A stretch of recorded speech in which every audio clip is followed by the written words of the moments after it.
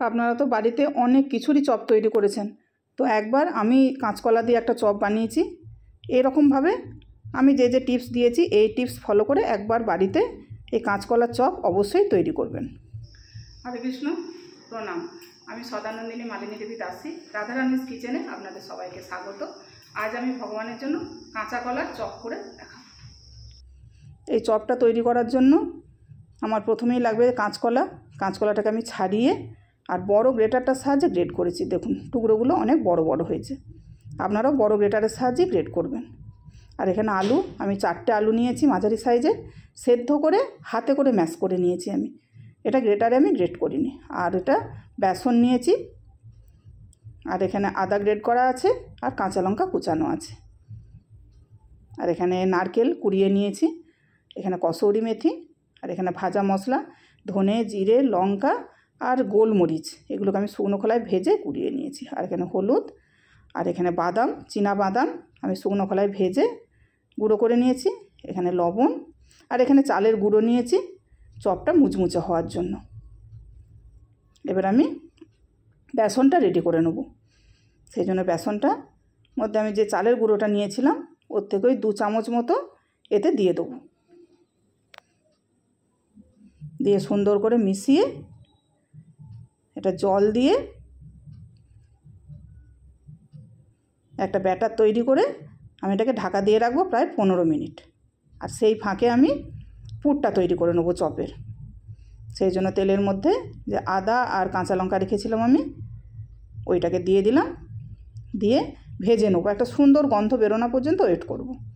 দেখুন এটা ভাজা হয়ে গেছে, এর থেকে একটা খুব সুন্দর গন্ধও বেরোচ্ছে। এবার এর মধ্যে যে নারকেল কোড়াটা রেখেছিলাম নারকেল কোড়াটা দিয়ে দেবো, দিয়ে এটাকে একটু হালকা করে ভেজে নেব। ভেজে নিয়ে যে কসৌরি মেথি রেখেছিলাম ওটা দিয়ে দেবো। কসৌরি মেথি দিলে নিরামিষ চপে খুব সুন্দর একটা সেন্ট আসে। আপনারা নিরামিষ চপ বানালে কসৌরি মেথিটা অবশ্যই দেবেন। এটাও ভাজা হয়ে গেছে। এবার আমি যে কাঁচকলা গ্রেট করে রেখেছিলাম ওটা দিয়ে দিলাম, দিয়ে আমি এটাকে একটু হালকা ভেজে নেব। দেখুন দেখেই বুঝতে পারছেন কাঁচকলাটা ফরফরে হয়ে গেছে, ভাজা হয়ে গেছে। এরকম একটু ভেজে নিলেই হবে, বেশি ভাজার দরকার নেই। এবারে যে আলুটা আমি ম্যাশ করে রেখেছিলাম আলুটা দিয়ে দেবো এর মধ্যে, দিয়ে একটু নাড়াচাড়া করে নেব। দেখুন 2-3 মিনিট আমি একটু নাড়াচাড়া করে নিয়েছি। করে নিয়ে এর মধ্যে যে যা আরও জিনিসগুলো আমি দিতাম ওগুলো সব পরপর দিয়ে দেবো। যেমন পরিমাণ মতো লবণ দিয়ে দিলাম। এবার যে ভাজা মশলাটা রেখেছিলাম ওটাও দিয়ে দেবো পুরো, আর অল্প একটু হলুদ দেবো একটা সুন্দর কালার আসার জন্য। আর যে বাদামটা ভেজে আমি গুঁড়ো করে রেখেছিলাম ওটাও দিয়ে দেবো। এই বাদামটা দিলে পুরটাতে চপটা যখন খাওয়া হবে মুখেই বাদামের টুকরোগুলো লাগলে খুব সুন্দর খেতে লাগে। দেখুন পুরটা আমার ভাজা হয়ে গেছে, কত সুন্দর হয়েছে, কড়া থেকে ছেড়েও এসেছে।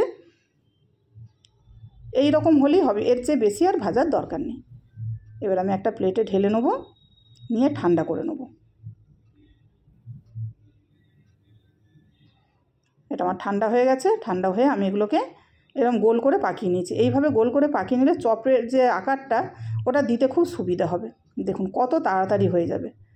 এইভাবে করলে কাজ অনেকটা তাড়াতাড়ি হয়। আলুটা থেকে প্রথমে এরকম গোল গোল করে নিয়ে এরকম হাতে চ্যাপটাতে খুব বেশি টাইম লাগবে না। দেখুন কত সুন্দর হয়েছে, হাতে লেগেও যাচ্ছে না, কিছুই না। পুরটা খুবই সুন্দর তৈরি হয়েছে। আমি সবগুলোকে চপের আকার দিয়ে দিয়েছি। এবার বেসনটাকে রেডি করব আমি। বেসনটা ভেজানো ছিল পুরো 15 মিনিট, কি একটু বেশিও হবে হয়তো। এবার এর মধ্যে আমি একটু হলুদ দিয়ে দেবো, কালারটা যাতে সুন্দর হয়, আর পরিমাণ মতো লবণ দিয়ে দেবো। এতে বেকিং পাউডার বা বেকিং সোডা এতে কিচ্ছু দেবার দরকার নেই। চালের গুঁড়ো দেওয়া রয়েছে আর এতক্ষণ ভেজানো ছিল, সেই জন্য এটা এমনিই মুচমুচে হবে চপটা, কিচ্ছু মেশাবার দরকার নেই। এবারে এটাকে আমি প্রায় 3-4 মিনিট ধরে সুন্দর করে ফেটিয়ে নেব। দেখুন দেখেই বুঝতে পারছেন স্মুথনেস কত সুন্দর এসেছে। ঠিক এই রকম গাঢ়ত্বের করবেন, তাহলে কি হবে চপটা ভাজার সময় এই ব্যাটার থেকে এদিক ওদিক ছড়িয়ে ছিটিয়ে যাবে না, চপগুলো খুব সুন্দর ভাজা হবে। আমার তেল গরম হয়ে গেছে, এবার আমি চপগুলোকে ভাজবো। এখানে একটা একটা করে আলুর যে আমি করেছিলাম ওগুলো দেখুন ব্যাটারে ডুবিয়ে এই যেরকম সুন্দর করে এদিক ওদিক ডুবিয়ে নেবো। নিয়ে হাতটা বাটির কানায় একটু মুছে নিয়ে এইভাবে দিয়ে দেবো। দেখুন কত সুন্দর হচ্ছে, আর চপগুলো ফুলবেও খুব সুন্দর। আর প্রথমে মিডিয়াম আঁচ থাকবে, তারপর একটু বাড়িয়ে দেবেন।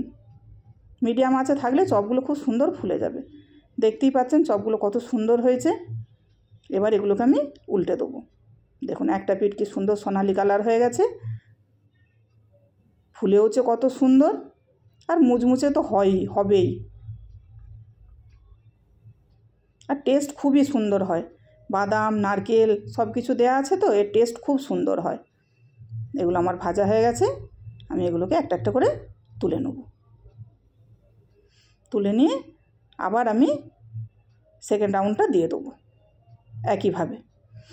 দেখুন কত সুন্দর হচ্ছে, বেসনের যে ব্যাটারটা এদিক ওদিক একটুও যাচ্ছে না, আর ফুলছে দেখুন চপগুলো কত সুন্দর, দেওয়ার সাথে সাথেই কত সুন্দর ফুলে যাচ্ছে।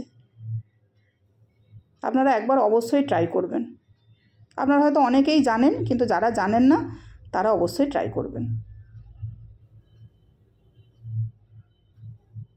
এগুলোকে আমি উল্টে নেব, নিয়ে এরকম সুন্দর সোনালি করে দুটো দিকই ভেজে নেব।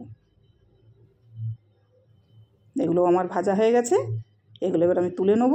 তুলে নিয়ে আমি ভগবানের জন্য প্লেট রেডি করে নেব। দেখুন কত সুন্দর দেখতে হয়েছে।